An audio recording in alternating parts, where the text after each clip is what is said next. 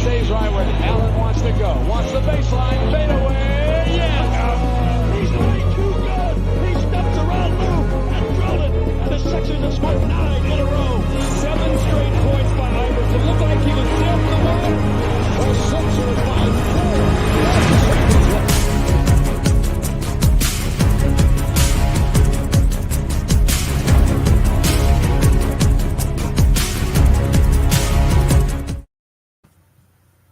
And welcome once again to the Sports Skillet Radio Show. We want to thank you for taking time out of your day to spend it with us. We appreciate it as always. You can find us all over our social media accounts. Just do a search for Sports Skillet. And we want to thank the Heat Ratio for hosting us as well. So you want to do a search for the Heat Ratio. Lots of good content. Lots of good shows on the Heat Ratio as well. So you want to check them out as well. Do a search for a Heat Ratio, and you got them right up there. Lots of good programming from hockey shows to baseball shows. Great content on the Heat Ratio as well. So check them out as well as Sports Skillet. Go to sportsskilletradio.com for all the great content, great info. We got great articles from Mike Nebbia. Lots of good content. We got our Twitter feed up there as well for all the latest sports news, show updates. If you want to head over to sportsskilletradio.com and check that out. And like I said, we want to thank you all for taking time out of your day to join us. I am Jay. I am joined this week by Mike Nebbia and Alex Secchia. No Shane so far this week. Hopefully we can get Shane to join us. We want to thank Al Griffin for joining us on our social media. Keep posting, keep giving us info. What do you want us to talk about? Because we will talk about whatever you want us to talk about. That's why we are the Sports Skillet Radio Show. What's up, Al Griffin? We appreciate you taking time out to spend it with us as well. What's up, Big Al? Exactly. So, Alex, we're going to talk a lot of Phillies Mets this week, obviously. Alex, we got NFL starting their games this week. We had the Hall of Fame game kick us off. We had the Pittsburgh Steelers beat the Dallas Cowboys. Are you excited about the game starting up in the NFL, Alex? Yeah, it's football season. It's exactly. Football season. Absolutely. Exactly. We also had a Buffalo Bills quarterback get his contract extended this week. $258 million. Exactly. You think that's a good deal for Buffalo to re-sign their starting quarterback? I think it's a good deal, but at the same time, it's always risky when you make these long-term bets on somebody after a good year, because what happens if he gets hurt? You're banking a lot on there. I'm more of the guy to save money and spend it on all positions than guaranteeing one player a max contract, because now you kill your funds for other positional players. I believe in. I mean, look at New England. The system worked like that for them for years. In that system for the past 20 years, what players getting max contracts that ate up their budget cap? Every other team's getting max deals. The Chiefs, yeah, it could work because everyone was fine with Patrick Mahomes getting what he got. But everywhere else, the Lions, when they dumped the money into Stafford, the Packers were trying to do it with Rodgers. Well, they reached a deal, but everywhere else it doesn't work.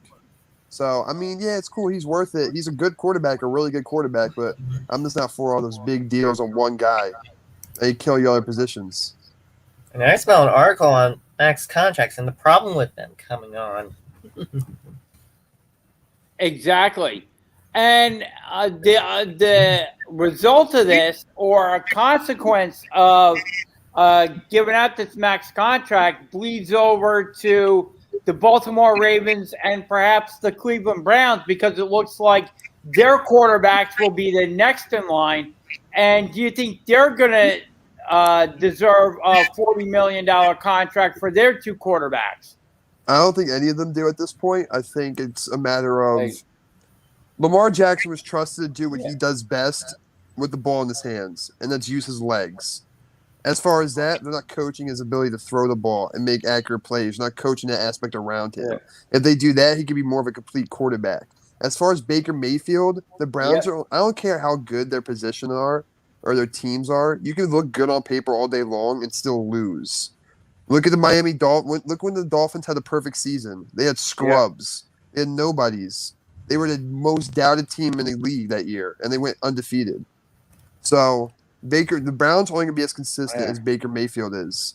The way I look at it is Baker Mayfield needs to lock in a little more things, and he needs to get comfortable getting the ball to everybody instead of locking in with one target. He's really comfortable with Nick Chubb. When you see Nick Chubb not in the game, you see how that goes with him. I don't know. To me, he's not there yet. He's not clicking on all four cylinders yet.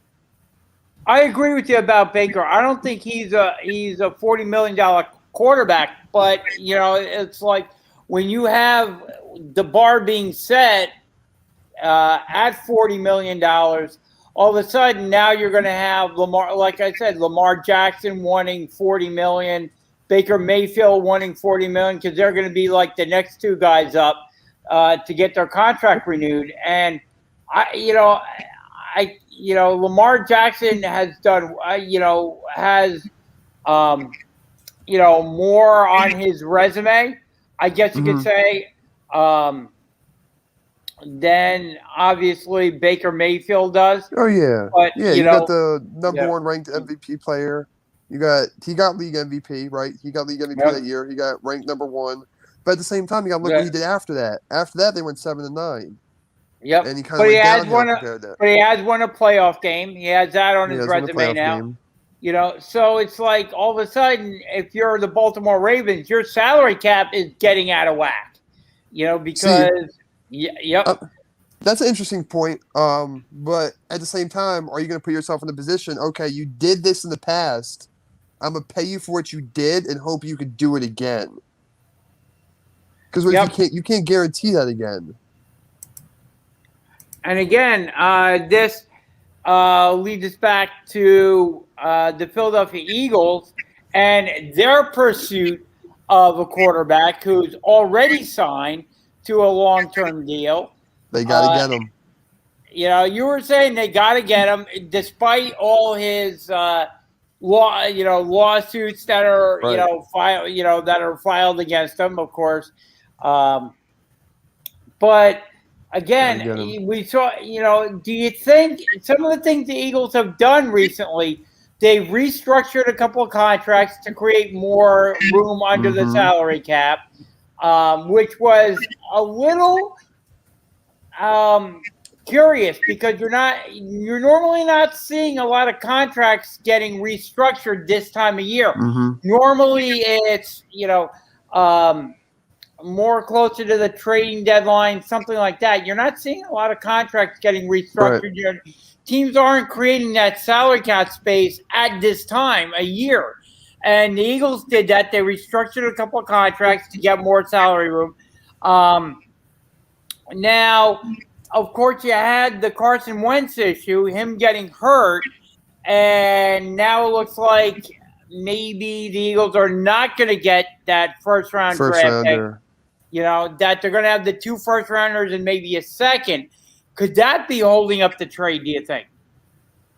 I mean, it could, but at the same time, the Texans are asking for a lot. So you got 2 first-rounders still, right? You're banking on the quarterback. So it doesn't matter. You can keep Jalen Hurts. The Texans can use a first-round to draft a quarterback. Then you got another first-round pick to get another positional player. But the Texans are also asking for 2 positional guys. So you can go ahead and throw Travis Fulgham. No, I wouldn't do that. Because he needs a weapon to throw to. I would throw a defensive player and an offensive player. And you can get Deshaun. But you can keep Hurts. Or you can throw Jalen Hurts and you have to worry about the quarterback. But you want to back up Deshaun. Now, Mike, would you put Deshaun in the trade for or would you put Jalen Hurts in the trade for Deshaun Jackson? You mean Deshaun Watson? What was that?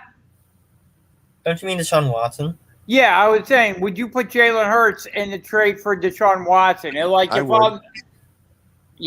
you get rid of him, or would you want to keep Deshaun? Would you want to keep Jalen Hurts, as a backup to Deshaun Watson? I'd keep Jalen Hurts, to be brutally honest with you. Because the Eagles do have, a backup quarterback already on their roster. I would send Hurts.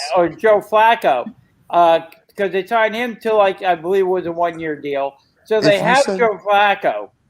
If you send Jalen Hurts, what happens with this is they save all right. So look, 2 first-rounders, Jalen Hurts, and defensive player. I now filled your needs for positional players and draft picks. Now I filled your needs with positional players without giving up weapons for Deshaun. There you go. And without sacrificing too much of my defense. And you still have Joe Flacco as your backup. That exactly. He could if Deshaun Watson is suspended for a few games this year, you can put Joe Flacco in and have Joe Flacco take over those couple of games, be quarterback. If it's 5 games or whatever, you put Flacco in there and you roll with Flacco. Now Joe Flacco isn't what he was years ago, but he's still a quarterback that can a veteran quarterback, a veteran quarterback that can win you some games. So he could step in there for 3, 4, 5 games, whatever it is, and at least keep you competitive. You don't know how many games he would win, but at least he could keep you competitive. And then, after that, you roll back with Deshaun Watson. The blowback with Deshaun Watson obviously is what type of person is he? Would the fan base go out and buy Deshaun Watson jerseys? Well, look what they did. Yeah. That's a good question. Yeah. Sorry for cutting you off. That's a good question. But think about Deshaun Jackson. His first game off of the Eagles, when he came back to Philly, he disrespected the Eagles fan base and the Eagles on their field. They took him back. Yeah, and a lot of people bring up Michael Vick as well, because the Eagles went out and signed Michael Vick.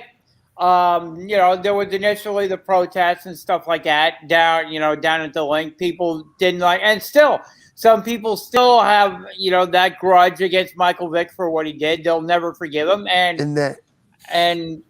that's certainly their right. But you have other people forgiving Michael Vick because Michael Vick has atoned, has done his time for what he did to the dogs and everything.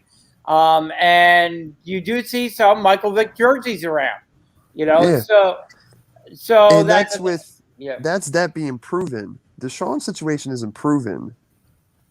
Listen, exactly. we've addressed this before. This number's got as high as 40 people. You mean to tell me 40 people can go file a lawsuit, but not one person has the strength to come up front about it? But one person talked to a reporter behind closed doors, and if you read the story, she was, according to her, she was assaulted by Deshaun previously. Then he came into her place of work and didn't know he was there until she walked in the room and he was there one-on-one. But continue to work on him. I'm sorry. If an all-star athlete walks into any public business or work, everyone knows he's there.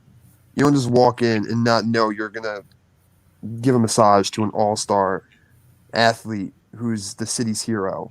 That's like saying if I walked into Hand and Stone massage parlor down the road and Carson Wentz was in there, everyone would know Carson Wentz in there. Even if I just walked in, I would know. So that's how it works. When celebrity, if Bryce Harper walks into a restaurant privately and gets snuck into the back and one person sees him, the whole restaurant's going to know Harper's there. Everyone talks. It's a wildflower. Things spread. And second of all, if you were really assaulted like you say you were, you wouldn't feel comfortable staying in the room with Deshaun. And she said she didn't know what she was thinking. Come on. How far is that excuse before it's like, all right, you couldn't just walk out and grab your manager? I don't feel comfortable doing this. You know, to say what happened to him. He was like, I'm not comfortable with this guy.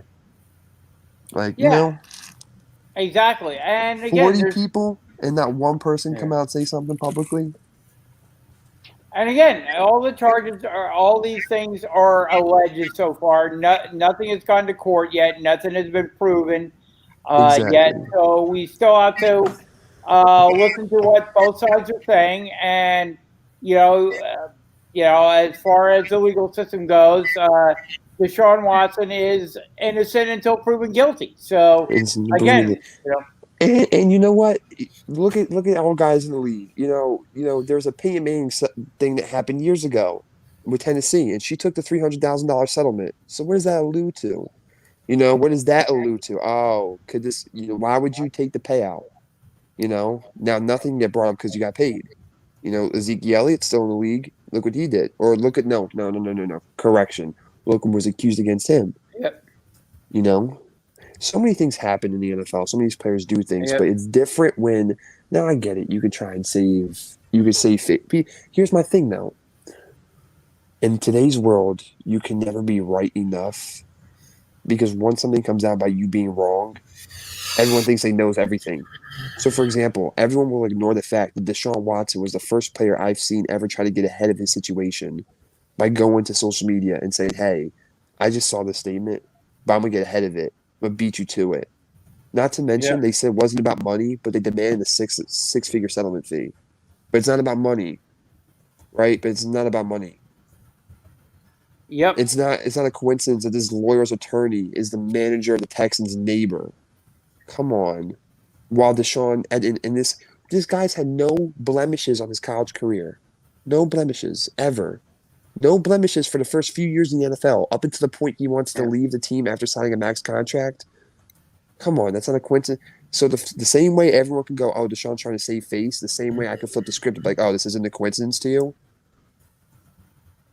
The hero of the city, the hero of the team who signed the max deal is getting sued by the manager's neighbor after saying he wants to leave the team, and all of a sudden all these things piled up. I'm telling you. Yep. That's not a coincidence, anybody. This guy's first game check was donated to the lunch lady staff. Like, come on. I mean, granted, like I get it. It takes one bad thing. It takes one bad thing for everyone to forget the good you've done. I get that. But what does it mean when he's trying to keep? Here's my thing. When Brady did his thing, everyone got mad. He was trying to keep it private. Everyone got real mad. And you look at Brent Roethlisberger too. You know, he's had some issues against him over his career as well. But with Deshaun, he's trying. I get it. But here's my problem. If there's an army of you guys just filing cases left and right, which has been reported, you mean to tell me you're brave enough to file a case against this guy and make heavy accusations, take him to civil court, not even a grand jury, civil court? That's where, like, Jay, that's like if I screwed you over in a business deal. That's where you're taking me, civil court. You're just going to take him there, but not one person can really speak out. Everyone's hiding. Why? Yep. Exactly. There's so many. Listen, if there was like 3 people that reported, I'm like, okay, I get it. That's a lot. But when there's the amounts have been reported, not one person. Now, yep. And just to switch gears a little bit, Alex. Eagles wide receiver Devontae Smith ended up getting hurt. He's now week to week. Do you think this will be a problem for Devontae going forward? The fact that he got hurt in practice. He's not as big as your normal wide receivers. Doesn't weigh as much, 100-something pounds. So do you think this could be a problem for the Eagles? That was one of the criticisms of him as the Eagles drafted him. Do you think this could be a problem going forward? Yeah, it was definitely a huge criticism. I've seen a lot of jokes and a lot of things said, obviously, just through social media. But no, it's definitely a big thing. It's a first-round draft pick. So here's my problem. He's getting hurt already. So if you don't allow him to I equate everything back to RG3. He was supposed to be really good. And when he got hurt, he dictated when he came back, and he rushed himself back, and it forever spiraled down that case of injuries. With Devonta, I would honestly, you got nothing to win. You have everything to lose and like nothing to win by trying to prove yourself you can play on the sprain. I wouldn't even say week to week. Make him miss practices. Honestly, let him miss practices. Yeah. Keep him healthy. Dude has a sprained knee, a sprained ankle. Is it a sprained ankle or sprained knee? What was the exact injury again? It's about a sprained knee. So here's my problem. It's already sprained. Yeah. Oh, and Jay, I sent you my latest article. Awesome. We will get that posted on sportsskilletradio.com. He does not need any added pressure onto that knee before a preseason game starts. Let this dude start missing. Make sure he's healthy enough for the regular season. This guy's learning the playbook. Yep. By the regular season, he'll learn the playbook, especially staying at home. As long as he stays in physical shape, doing other workouts around the body, he'll be fine for game time. I get it. He's going to need to practice and stuff, but you don't want a Jalen Reagor situation. Reagor missed 5 games last year? Yeah. And that's your first round draft pick. You can't risk this again. Especially this is supposed to be your top dog. Exactly. You can't. Go ahead. What do you think, Mike? Do you think this could be an issue for him going forward? Oh, yeah. This could be a big-time issue for him going forward. And looking at the Eagles' staff right now,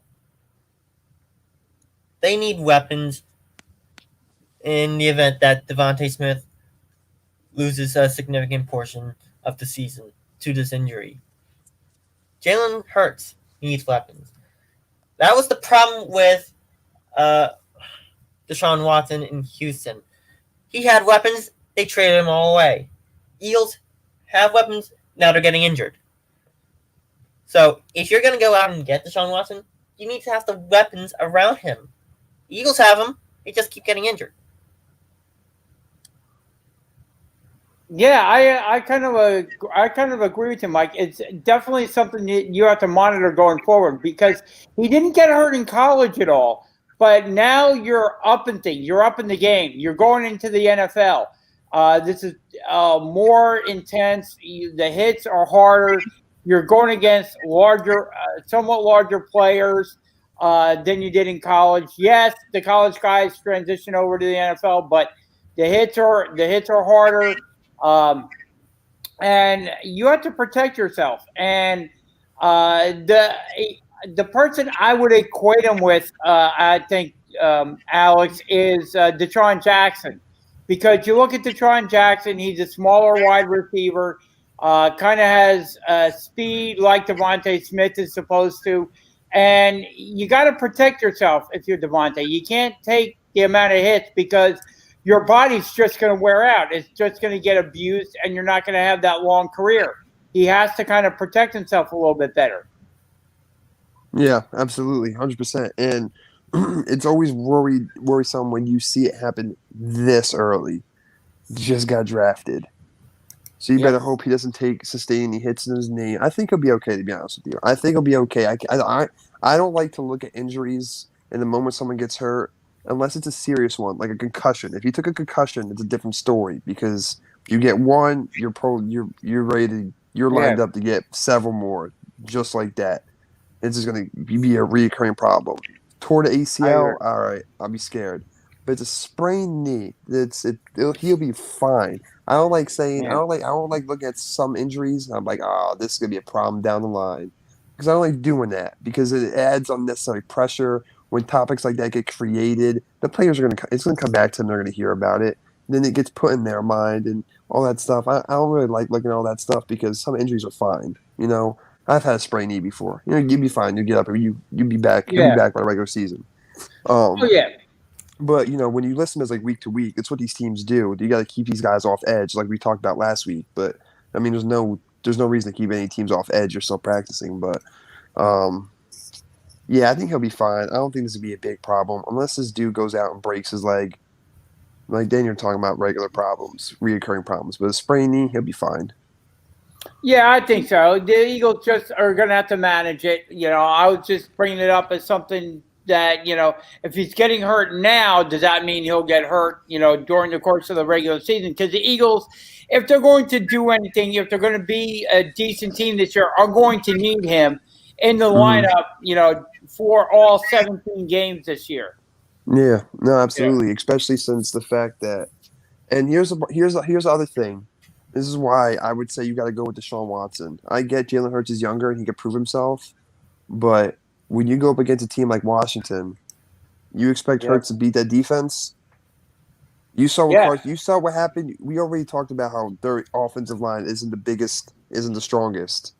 Deshaun Watson sat behind the worst offensive line in the NFL for 2 consecutive years. He got sacked 68 times in one season. Yep. He beat the record for getting Very true. sacked, and he still took the team to the playoffs. You want to tell me you're going to throw a second-year quarterback in? A second-year quarterback behind what? Behind the 25th, 27th ranked offensive line against the best defensive front in the NFL? How's he going to favor? I'm sorry. I'd rather take Deshaun Watson with the experience who's proven it versus Jalen Hurts. Very good. And any other training camp stories that you were looking at this week, Alex? I was tuned in with the Seattle Seahawks, watching them, their rookie camp, watching DK Metcalf work out, how Russell Wilson is playing with them, especially after we seen last season if Russell Wilson was going to remain a Seahawk or not. So I was tuned in with them a lot, watching them, but they seem fine.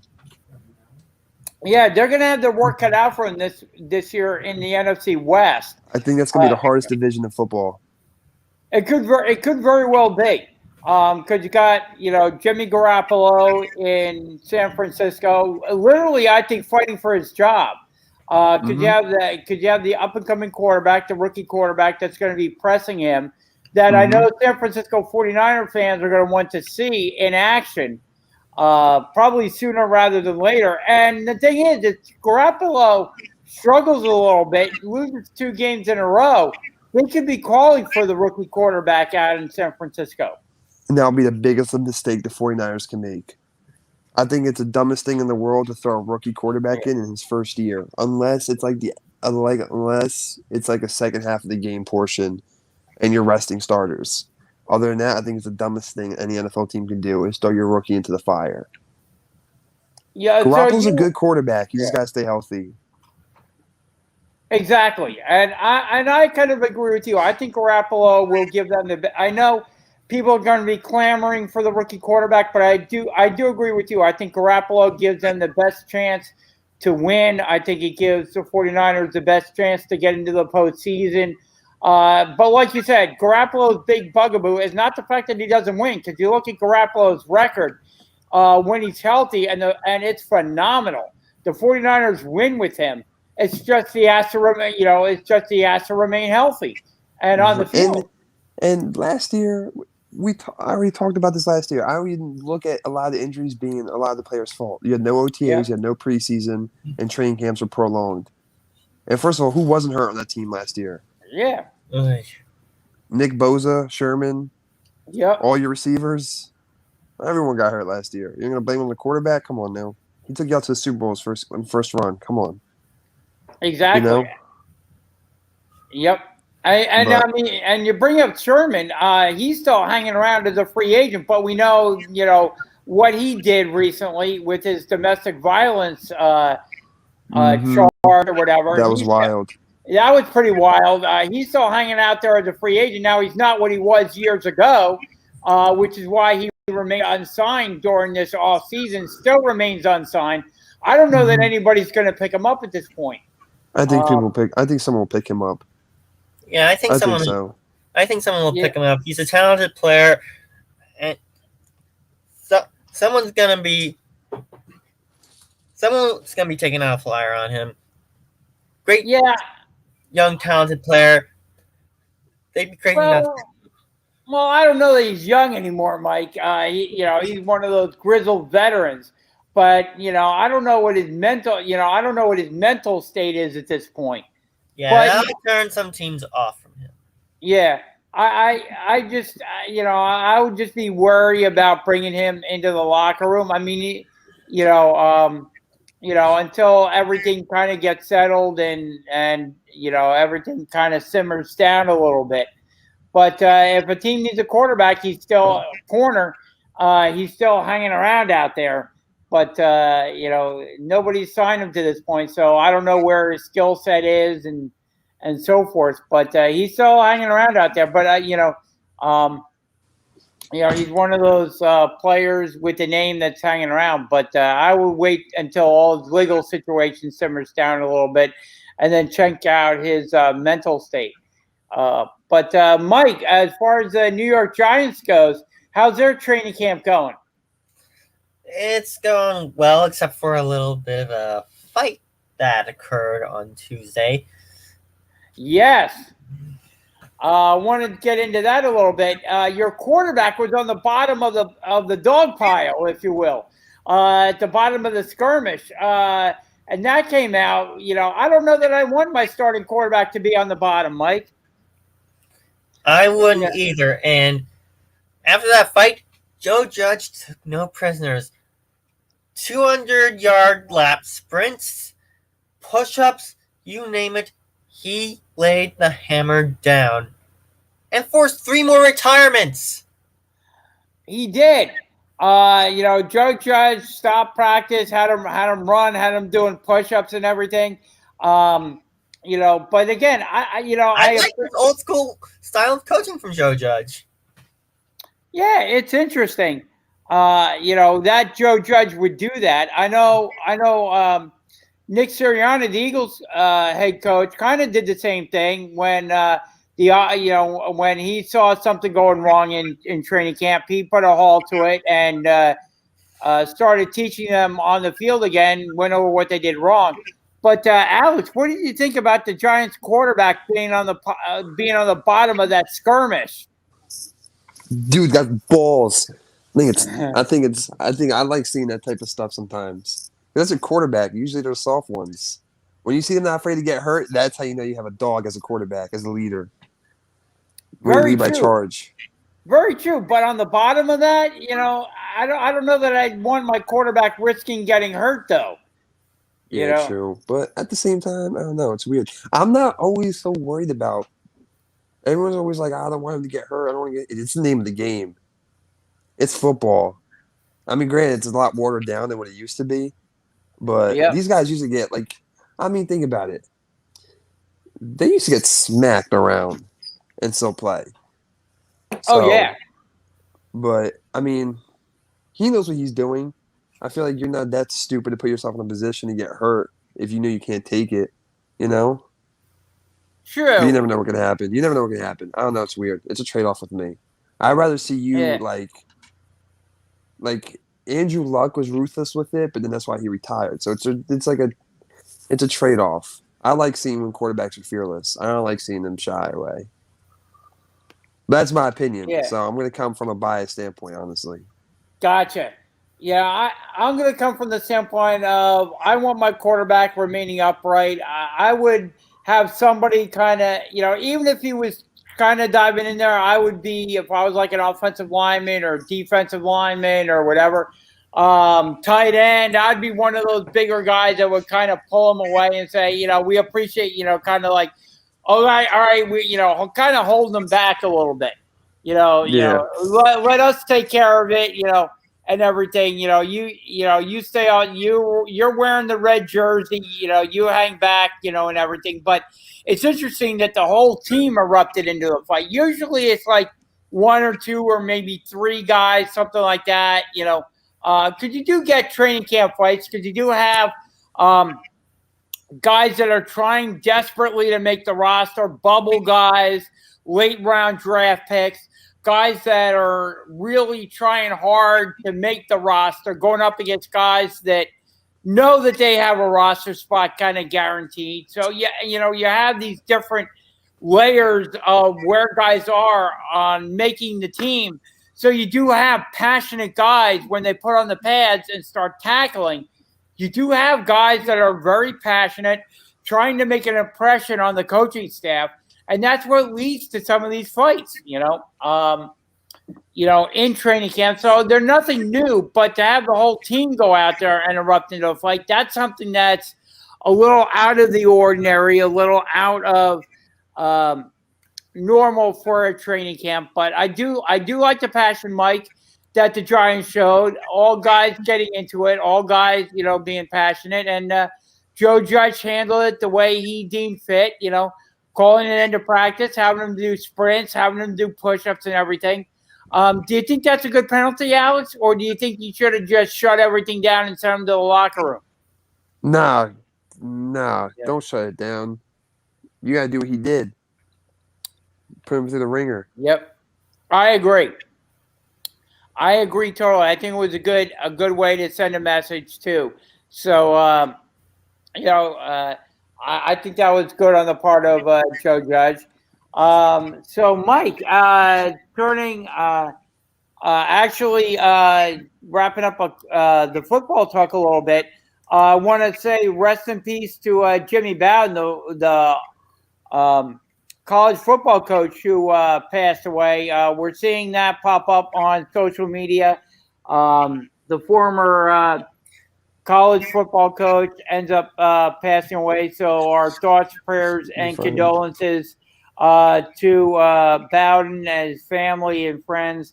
Anything you want to say to that, guys, or other than rest in peace to Jimmy Bowden? Yeah, no, Yeah. yeah, it was a sad thing. I reposted one of my things with my buddy, but yeah, definitely rest in peace to him. Yep, absolutely. And turning over to the MLB, Mike, we have a big series that's been also. The Phillies will be honoring Roy Halladay today before the Phillies Mets game down at Citizens Bank Park. Roy Halladay, an excellent pitcher for not only the Phillies but the Toronto Blue Jays as well. They're going to be retiring his number. It's been alumni weekend down at Citizens Bank Park. So you have Manny Trio going up on the Wall of Fame. You had him being honored yesterday. Former Phillies president being honored on Friday evening as well. So it's been a great weekend down at Citizens Bank Park, especially if you're a Phillies fan. Not so much if you're a Mets fan, Mike. Don't remind me. I'm just hoping the Mets can salvage this third game, stay a half game back of the Phillies heading into the Washington series. A game and a half. If they win today, they'll be a half game back heading into the Almost had it last night. This is true. If the Mets had won last night, they would have taken back first place in the East, where they rightfully belong. They would have, absolutely. And do you think that now the Mets ended up losing in the ninth inning. They couldn't generate, once again, they couldn't generate enough offense, Mike. But do you think that 3-home run outburst maybe starts turning things around for the Mets offensively? Absolutely. I think so, at least. Yeah, I think so. That 3-home run outburst, back-to-back home runs, I think that starts turning things around after, what's it, 5 straight losses for them? 4 or 5 straight losses for them. They need that spark. I think that 3-home run outburst will be that spark. I think the Mets take it, and then they end up impeaching the Nationals. Now, they are going up against the former Washington. Now, they are going up against a former pitcher, Zach Wheeler, who is the Phillies' ace this afternoon, Mike. I would say it's going to be an interesting game down there. Do you think they can take Zach Wheeler? He's been pitching phenomenally, and he's got his name in the Cy Young race this year. I think they take him. I think they can take him down. Really, despite their lack of offense, Mike? Because I think that's the biggest issue right now with the Mets is not necessarily their pitching, but it's their lack of offensive output. They've been getting some guys on base. They just haven't been hitting with runners in scoring position. I think they take down Zach Wheeler. I think they solve the offensive issues. They take down Zach Wheeler. They get to within a half game heading into Washington. And now the next stretch after Washington, 13 straight against NL West opponents, including Los Angeles and San Francisco. So that is going to be difficult heading into the latter half of August. I agree with you. And that's why I think this upcoming series with the Nationals is going to be key to the Mets season, especially if they lose today, because I think the Mets can be good competition for the Nationals. But I do think they're going to have to take 2 out of 3 at the very least against the Nationals. They're going to have to solve their offensive issues because if they lose 2 out of 3 to the Nationals, facing the Giants and the Dodgers for as long as they do, having those back-to-back series with those two teams is going to be a big headache for them. And that's why this upcoming series with the Nationals could be key to their season. Exactly. They need to at least win this game today and take 2 out of 3 or sweep the Nationals. I agree. That's why I'm not writing the Mets off, because if they can win today, if they can take 2 out of 3 at the very least against the Nationals, they could get themselves back in possibly back into first place, or at least be competitive, keep themselves in the race for first place. But if they lose today and then they continue to free fall against the Nationals, man, they could dig themselves a hole that I don't know that they could get out of. It'll be difficult, that's for sure. These next few games will be difficult after the Washington series. Exactly. Do you think they did enough at the trading deadline, Mike? I know they're waiting to get Lindor back, but do you think Lindor should be back relatively soon? I think so. He's starting to move Lindor around. comes back, there's that double play combination of Baez, Lindor, Alonso. Exactly. And that's what the Mets have been waiting for, is to see that double play combination. Give the Mets a little bit better defensively. Conforto has been one of those guys that's been struggling this year, Mike. Do you think he can start turning things around just a little bit, give the Mets a little bit more offense? I think he turns it around. The Mets need offensive and defensive push. I think Baez and Lindor turn it around right when they need it most, leading up to DeGrom's return and Syndergaard's return. And that's the key. The Mets are, and that's what I'm saying. The Mets are not necessarily a bad team. They're a hurt team. They're an injured team. If they start getting some of these guys back, like you said, like Syndergaard, like DeGrom, like Lindor, the Mets could make a push. The question that I have, will they be too far out before they get some of these guys back? Can the offense turn things around just enough to keep themselves in the race? What do you think, Mike? Lindor's going to be back soon. DeGrom is on his way back. He should be back relatively soon. And Syndergaard, I heard DeGrom is out until September. Syndergaard, possibly late August, early September for him, barring any setbacks. So I heard DeGrom was out until September. Oh boy. So Syndergaard will probably be back before DeGrom if that's the case. And we're going to be needing Syndergaard. Oh, absolutely. And Alex, as far as the Yankees go, they are a hot team. Say that one more time. As far as the Yankees go, they are a super hot team. I know. It's surprising. Well, I mean, I feel like the Yankees have a history of being the team to start off whack and then pick it up towards the end, But I don't know. It's weird. I'm not projecting anything. I don't think they're going to go anywhere, really, to be honest with you. I don't think they go far at all.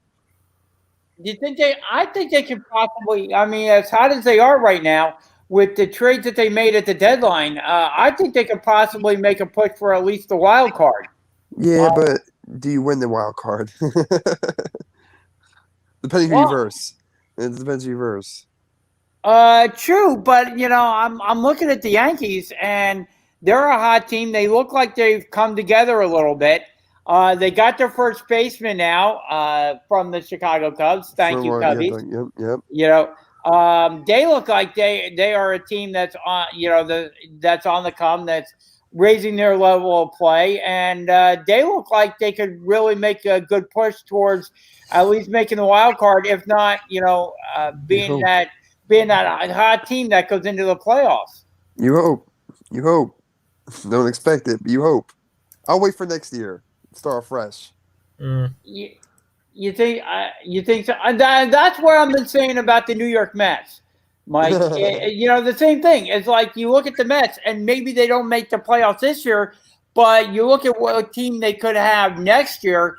Maybe they maybe they don't make the playoffs because I don't think the wild card is coming out of the NL East. I hate to say it, but to make the playoffs in the NL East, you have to win the division. You're not going to get a wild card. That ship, I think, it's sailed.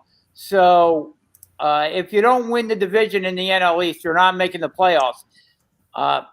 But I do think the Mets, if they get Syndergaard healthy, if they get DeGrom healthy, those two good starting pitchers. Maybe McGill is a little bit better next year, getting this experience, Mike. Maybe some of the guys get more. I don't know. I don't want to say experience, but they get their feet under them, have a little bit more endurance. I want to say for next year, and you have Lindor. Maybe you go out into free agency, get a little bit better offense going for you, and now all of a sudden you're one of the best teams in the division, Mike. Yes, once Syndergaard and DeGrom get healthy, once Lindor comes back, we could be a dangerous team. Yeah, and I fully believe that too. This could be a blip on the radar screen for Lindor, being hurt, coming to New York, having to deal with all the pressure. He's going to be used to that for next year. So, yeah, maybe you don't make the playoffs this year, but you're rocking ready to go next year. Similar to what Alex is saying about the Yankees. Maybe the Yankees fall a little bit short, but they look towards next year, make a few trades, dabble in free agency a little bit to upgrade the roster even more. That's right. Now you're ready to rock for next year. That's right. And you just kind of ride this thing out if you're the Yankees and the Mets and see how far you can get. And you look at the team for next year, and you're stacked and ready to go. But I do think the Yankees could really make a push toward making the playoffs. And as I always say, similar to the NFL and all these other sports, once you're in the playoffs, if you're a hot team, anything can happen. I thought, I saw this years ago with the Colorado Rockies.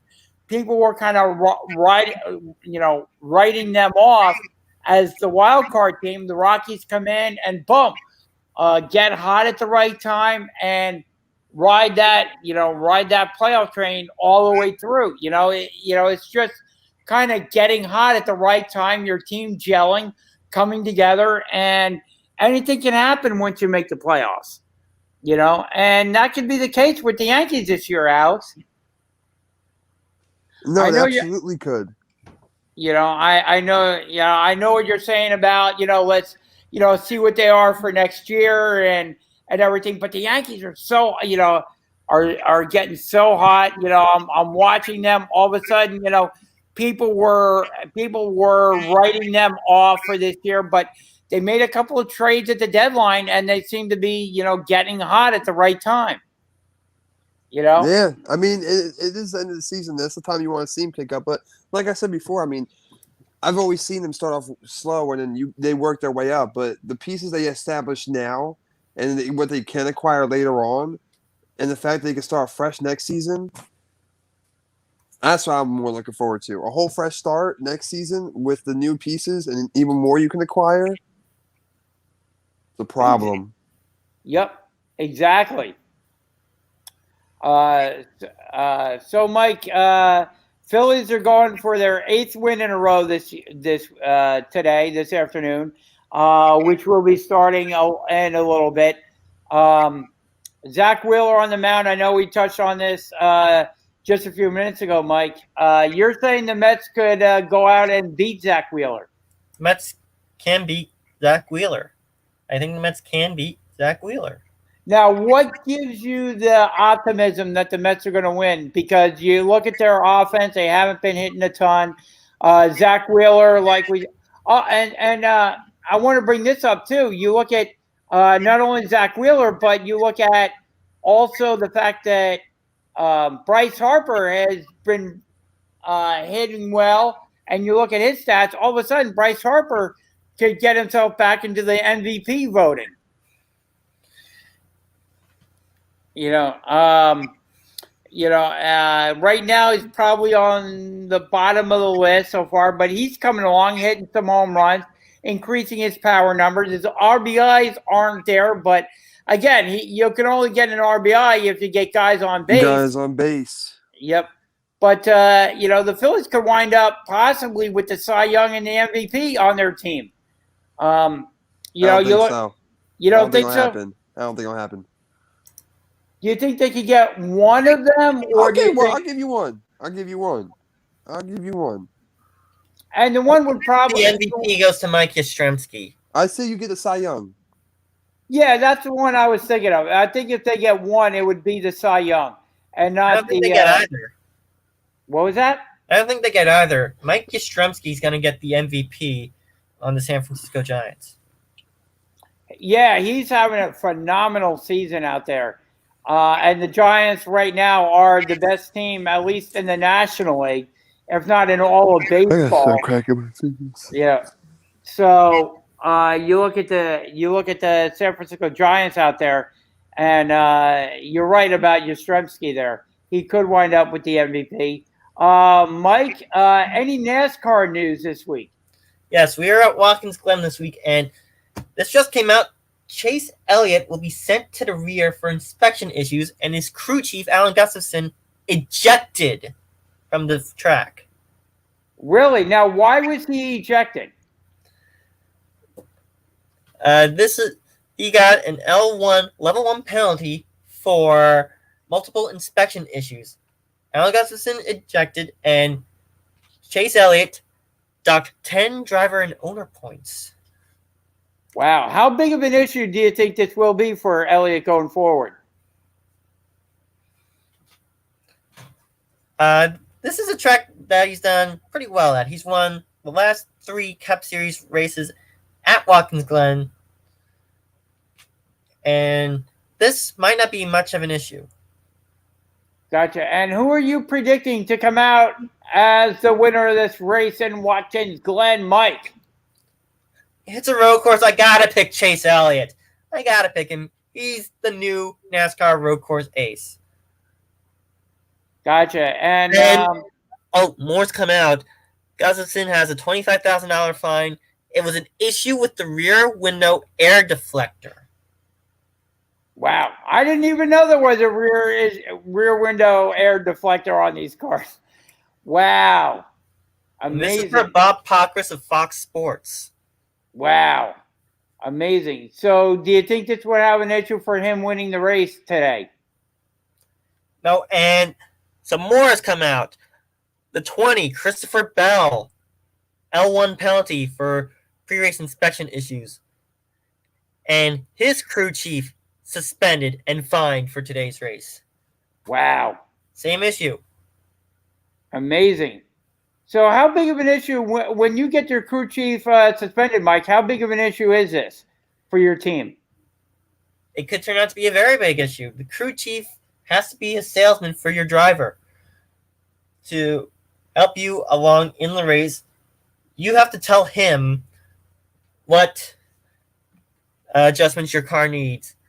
And he has to sell the crew on the right adjustments at the right time. So this could be a big issue for those two guys. I think in this race. Exactly. Not having a road course race. Not having a crew chief there, or having somebody having to step in there that may not be as good or not used to it in that position. So this could be a big issue for those two drivers. Exactly. All right. So anything else we haven't touched on, guys? Any other news or anything worthy that we should discuss on this week's issue of Sports Skillet? Derek Lewis lost by knockout last night, and then we're looking forward to a Roll Spence Manny Pacquiao fight, August 21st. I can't wait. So who are you predicting in that fight, Alex? A Roll Spence. I'm a Roll Spence fan. I love Pacquiao. There's no disrespect to Pacquiao, but here's my problem. It's so great. This is why I love it. Pacquiao's a respected GOAT, the best pound per pound. I say that because he's won 8 different weight classes while Floyd's done 4, but Floyd's undefeated, cool, but Pacquiao's done 8. So realistically, you give him the pound per pound. He can outclass Spence in all aspects. but Spence is a Okay. brawler, and I'm loyal to my fan base. So I'm a Spence fan. I'm rocking with my guy on August 21st. So you think so? Even though you gave Pacquiao all those compliments, you think he's going to wind up losing this bout? Yeah, I can see Spence pulling off a decision. Is it just this style of? Oh, we lost Alex. Dang it, uh, Alex. so he could have some connection issues with Alex there, but he was saying that Pacquiao is going to go down. So. Um, we'll discuss more with Alex in the upcoming weeks as that fight gets closer. We do have the NFL beginning their preseason this week, so we'll be checking out the NFL schedule. Big news came out of the WWE this week, just to touch on that, because we cover everything here on the Sports Skillet Radio Show. Big news coming out of the WWE this week that the Nature Boy, Ric Flair, requested his release and got it. So Ric Flair is now on the open market, available for AEW to pick up if they so want him. I'm sure that he has his 90-day no-compete clause, so it may be a little bit before he shows up in AEW, but down the road he can make an appearance there once his no-compete clause is over and done with. So that'll be interesting. I posted this on my social media page that maybe there could be a Four Horsemen reunion in AEW because you already have Arn Anderson and Tully Blanchard as part of AEW. So maybe the Four Horsemen make a reunion there. Maybe they form some sort of managerial clique or something like that. You also had Bray Wyatt getting released. If I didn't touch on this last week, the WWE released him. Apparently, it was a monetary issue with Bray. Certainly, Bray is well respected not only for his wrestling ability, but also for his character development, his suggestions, the way he kind of reinvented his character time after time after time. Shocking to me that they released Bray Wyatt. Hasn't been on TV in quite a while since WrestleMania, his match with Randy Orton that he lost. So Bray Wyatt, I think, would be a great addition to the Dark Order coming in there because, of course, we all know his protege, if you will, was the leader of the Dark Order before he passed away. So you got Bray Wyatt, I guess, waiting for his no-compete clause to expire. So, yeah, again, the WWE releasing all these talented guys, all these talented wrestlers, maybe because of monetary issues. It's just boggling my mind why they would want to give all these talented wrestlers to available to AEW and get all these eyeballs onto AEW. I don't care if Vince McMahon doesn't think they're competition. Well, they are. Eyeballs will go to AEW, and they will surpass the WWE if the WWE doesn't get better storylines going. This could be a real issue for the WWE going forward. We'll have to keep our eyes on that. Mike, you said you sent over a news story. Can you tease it a little bit? Yes, it's the problem with mega deals. I've never been a fan of mega deals, mega contracts in any sport. And in it, I discuss what my problem is and what I feel is becoming an epidemic in sports. Gotcha. Definitely we'll check that out. We want to hear your replies to Mike's articles as well. Give us your thoughts on the mega deals. Are they good? Are they bad? Of course, in Philadelphia, you have Bryce Harper signed to the mega deal. He's going to be tied to the Phillies for pretty much the rest of his career, you would think.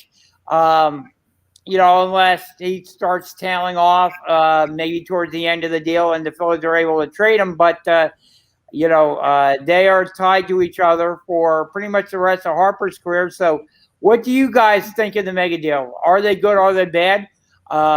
We want to hear from you. Head over to sportskillerradio.com. We'll get Mike's article up there. And we want to thank Mike. How can they find you on social media, Mike?